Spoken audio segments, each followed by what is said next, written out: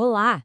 Este nosso encontro é baseado no Caderno de Estudos de número 20, que foi elaborado pelo professor Dr. Marcelo Lessa, o idealizador e mentor do projeto ENAC Turbo.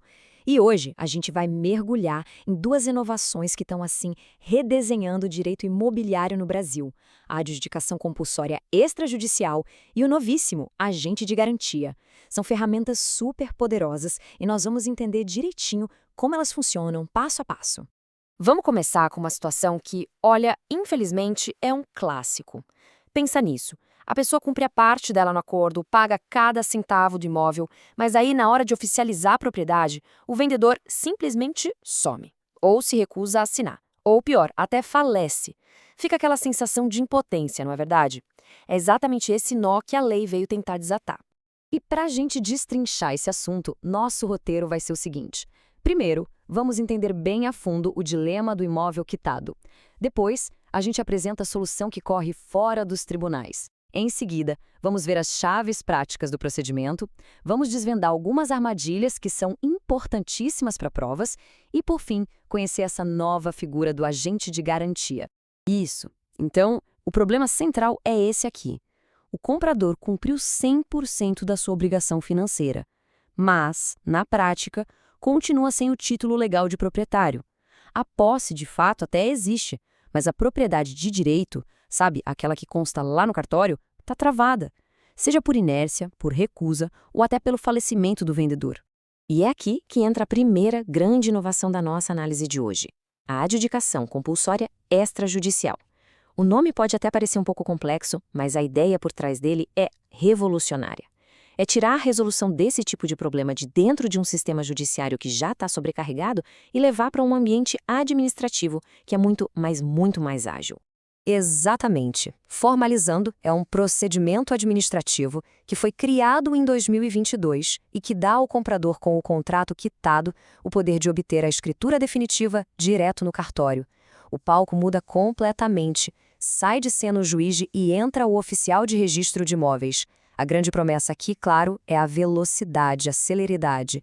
E a dimensão dessa mudança é o que realmente impressiona. Não é só uma regrinha nova. Isso faz parte de um dos maiores movimentos do direito moderno, que é a desjudicialização.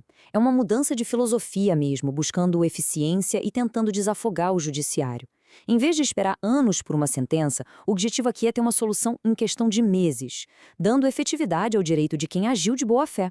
Certo, mas como é que isso funciona na prática? Quais são os passos? Quais são as peças-chave desse quebra-cabeça?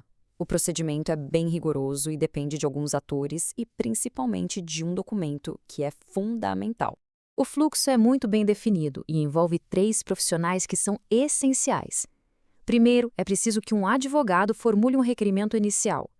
Segundo, e este é um ponto nevrálgico, um tabelião de notas vai elaborar o documento central, que é a ata notarial. E, por fim, o oficial de registro de imóveis vai analisar todo esse processo e tomar a decisão. Cada um tem um papel crucial e que complementa o do outro. Para dar entrada no pedido, o advogado precisa reunir toda essa documentação: o contrato, a prova de que o vendedor foi notificado e não agiu, e certidões que garantem que não tem nenhuma outra disputa judicial em andamento sobre o mesmo tema. Mas de todos eles, a peça mais importante, o coração de todo o procedimento, é sem dúvida nenhuma a ata notarial. Essa imagem aqui ilustra perfeitamente a função da ata notarial. Ela funciona como um verdadeiro filtro de legalidade. O tabelião, que tem fé pública, vai analisar todas as provas, os comprovantes de pagamento, os e-mails, o contrato, e vai atestar em um documento oficial que sim, a transação existiu, o preço foi totalmente pago e o vendedor não cumpriu a parte dele de outorgar a escritura. Agora, vamos para aquela parte que pode fazer toda a diferença numa prova. As famosas pegadinhas, os detalhes que são cruciais tanto para quem está estudando para um concurso, quanto para quem vai atuar na área. São pontos que costumam gerar muita confusão e que a FGV, por exemplo, adora explorar. A primeira grande confusão é misturar adjudicação com uso capião. Esse quadro aqui deixa tudo bem claro. A uso capião é uma forma de aquisição originária. O título de propriedade nasce limpo. Já a adjudicação é derivada, ou seja, ela se baseia no negócio feito com o proprietário anterior. Por isso, na adjudicação, a ata notarial prova um contrato quitado e não a posse. E um ponto crucial: Paga-se o imposto ITBI e não é preciso notificar os vizinhos. E aqui estão duas dispensas que simplificam enormemente o processo. Primeiro, o famoso contrato de gaveta agora tem força para adjudicação, mesmo que ele nunca tenha sido registrado no cartório. Segundo, e muito importante, o comprador de boa-fé não pode ser penalizado pelas dívidas fiscais do vendedor. A lei o protege, dispensando as CNDs, ou seja, as certidões negativas de débito do vendedor. Ótima questão prática. E se o imóvel estiver bloqueado pela justiça, o processo pode ser iniciado? A resposta é sim. O cartório pode fazer toda a instrução, notificar as partes, qualificar o título, mas o ato final, que é a transferência da propriedade no registro, esse só acontece depois que essa ordem de indisponibilidade for levantada lá no processo que originou. E agora chegamos àquela que, como o professor Lessa sempre destaca, é a pegadinha clássica de prova sobre esse tema, o momento do pagamento do ITBI. Seria bem lógico pensar que o imposto deve ser pago logo no início, junto com o protocolo do pedido, não seria?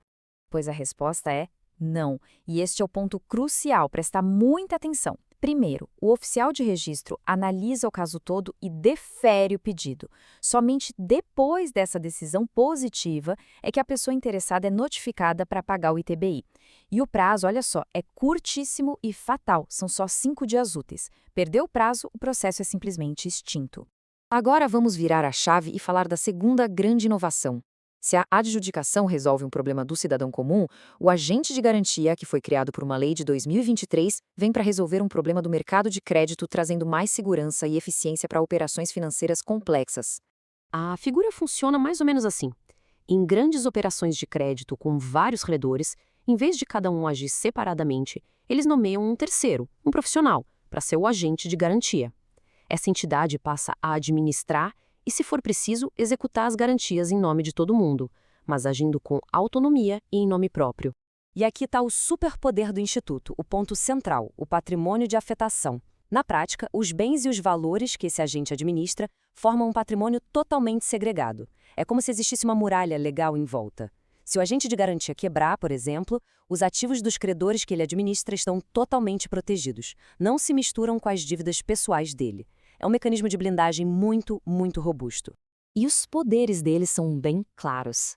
Ele age em nome próprio, o que dá agilidade para tomar ações judiciais ou iniciar a execução extrajudicial lá no cartório. O nome dele é averbado na matrícula do imóvel, o que consolida o poder de todos os credores numa única figura.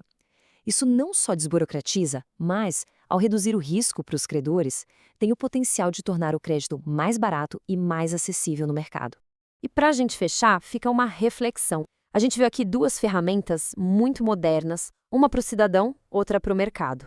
As duas compartilham a mesma filosofia de desjudicialização, de buscar eficiência fora dos tribunais. Fica a pergunta no ar: seria este o grande caminho para o futuro do direito no Brasil? É uma questão para se pensar. Esta análise foi produzida a partir do conteúdo do projeto ENAC Turbo, sob a autoria e orientação do professor Dr. Marcelo Lessa. Se esse conteúdo ajudou, não esqueça de se inscrever no canal e ativar o sininho das notificações. Assim, o YouTube avisa imediatamente assim que o próximo resumo for liberado. Até a próxima!